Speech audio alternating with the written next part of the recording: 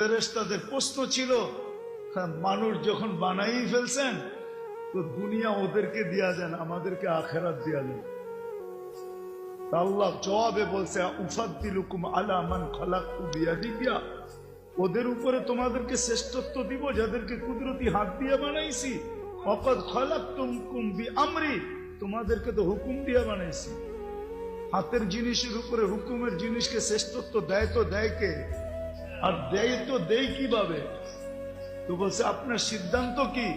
জাআলতু লাহুমুদ দুনিয়া ওয়াল আখিরা, মানুষকে দুনিয়াও দিলাম আখিরাতও দিলাম। ফেরেশতা বলতেছে আমরা কি করব?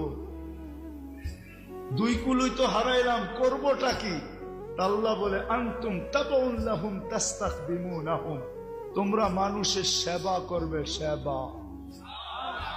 যুবক, তোমাকে চালায় তো চালায় কে?